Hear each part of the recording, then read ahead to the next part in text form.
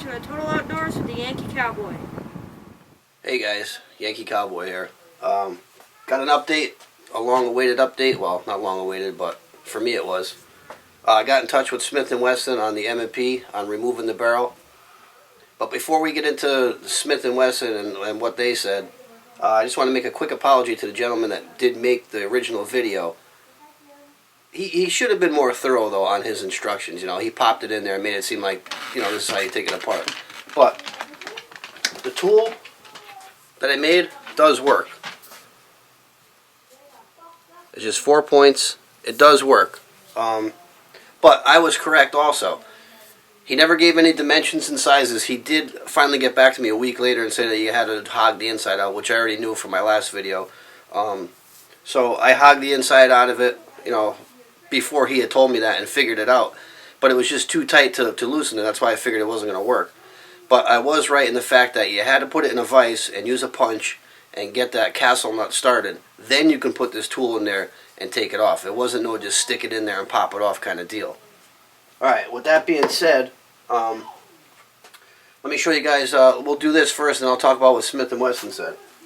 So first things first is we're going to take the, I'm going to take the upper off of it because it's just easier to work with. So I'll pop the back pin, give it a little pop, pop the front pin, 2 pins guys, and your lower is off. Okay, now, like I was telling you in the original one, it would be nice if I took the bolt out. Sorry guys, I'm trying to rush here, I don't know why, but take the bolt out and you're all set. Now, see the tabs here? You got 4 of these tabs, so what you're going to do with 4 of your fingers is push in on them, see that? And push them up. That's all you got to do. And then you should be able to grab it and wiggle it free. Sometimes I got to stick a little something in there and pop it up. But usually you can get it. See? So that slides off. Which he made that look like a piece of cake. He probably had that loose too, but that's okay. Alright, so that's off. Now we're going to stick our handy dandy tool down in there. You'll slide it down in there, guys. And up inside here, you can't see it now, but when I take it out, you will. You'll feel the prongs dig in, and you're going to give it a good turn. And they're fine thread, so I'm going to do this on the bench, so I don't want the barrel to fall out. They're fine thread. You'll start loosening it up.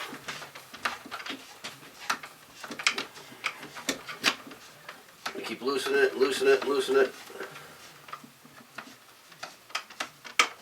So eventually you'll get them off.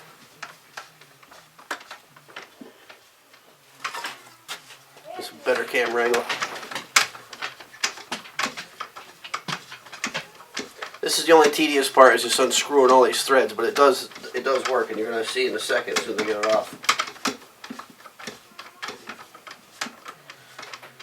Alright guys, it's almost there.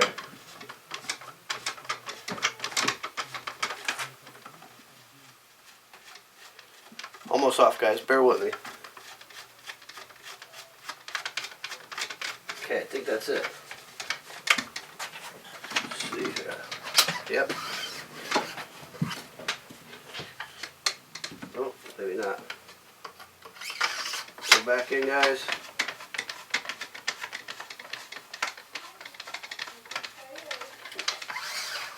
Okay, now I believe it's off. Okay.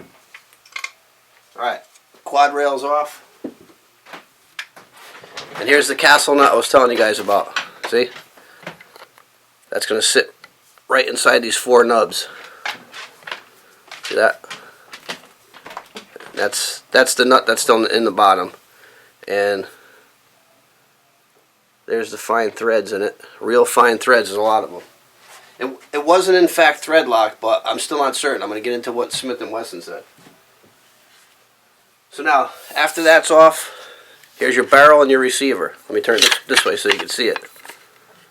Then you'll slide this out back through the receiver and pull it out. Now all you're left with is a little piece of aluminum up front, and the whole receiver is plastic.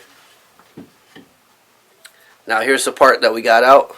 I personally, don't see a reason to do this every time, but there is a space in between this portion of the barrel and the receiver where gunk can build up. So I'd say maybe after 1,000, 2,000 rounds, in my opinion, I would pull it out and clean it. But other than that, I don't really see a reason to.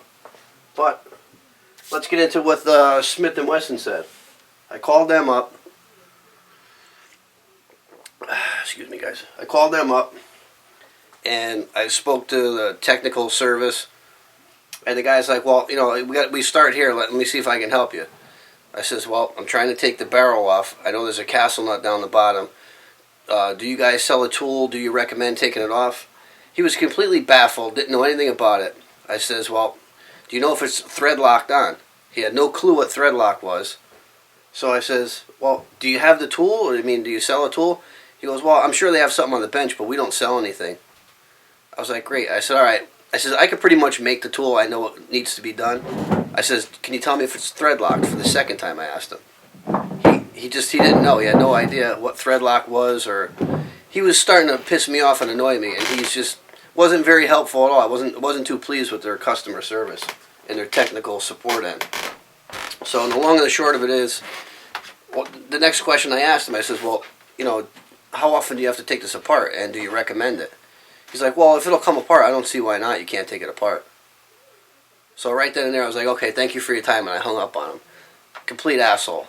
Sorry, just a complete asshole. So if you want to know anything about this particular firearm, just, you know, take my word for it. Like I said, maybe 1,000 rounds, 2,500, pull it apart, because you're going to have a little bit of a gap in between this part of the receiver and the barrel, where I can see a little carbon getting in there. I mean, if you went out hunting in the rain, I would say take it apart because moisture might get trapped in there. But other than that, I don't see any reason I'm going through all this nonsense. But if you do want to, it's a 3/4 inch piece of PVC. What you're going to do is get a rasp or a drum sander and hog out the center of this until you slide it down over the barrel until it fits and hits that nut. And then you just put tape on it, 1/8 inch down. Then you'll put tape on across. Then you just rasp out the areas in between.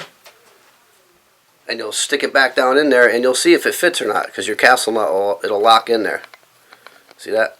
You'll drop it in there, and it'll lock in there, and you'll know it'll fit. So that's the whole story, guys, with the tool and taking apart the barrel on the M&P 1522.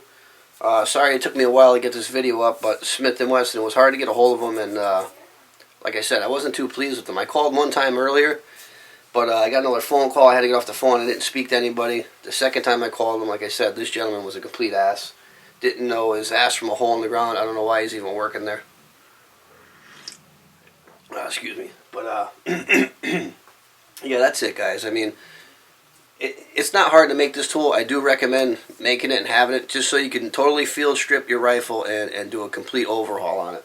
Because hunting in the rain, if you're doing squirrel hunting or rabbit with it, because it's rimfire, I do recommend pulling that barrel out and cleaning every aspect of it. Just for the fact that anywhere you're going to get moisture trapped, you're susceptible to get some rust. And, you know, even though the whole thing's composite, you do got the barrel that's not composite.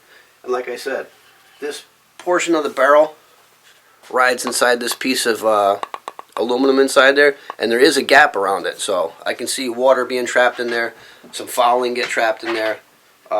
So like I said, maybe 1,000, 2,500. I don't see, maybe once a year take it apart, or if you get caught in a wet situation. Other than that, I don't see any reason to do that every time you fire the gun. It's just, it's overkill. But hopefully this answered any questions on taking apart a barrel and really doing a complete strip down of an AR-1522 Smith & Wesson M&P. Check out my other videos on taking this apart because it was a 2-part special. And you'll see taking the bolt apart, the firing pin out. I like to take it all apart. But this particular portion of it, I won't be doing on a regular basis. So hopefully this covered everything for you guys. Don't forget to hop in on my 500 subscriber contest. That's still going on. Still got time to get in on that. Alright, any questions or comments on this here, guys, leave it below. As always, thanks for watching The Total Outdoors with the Yankee Cowboy.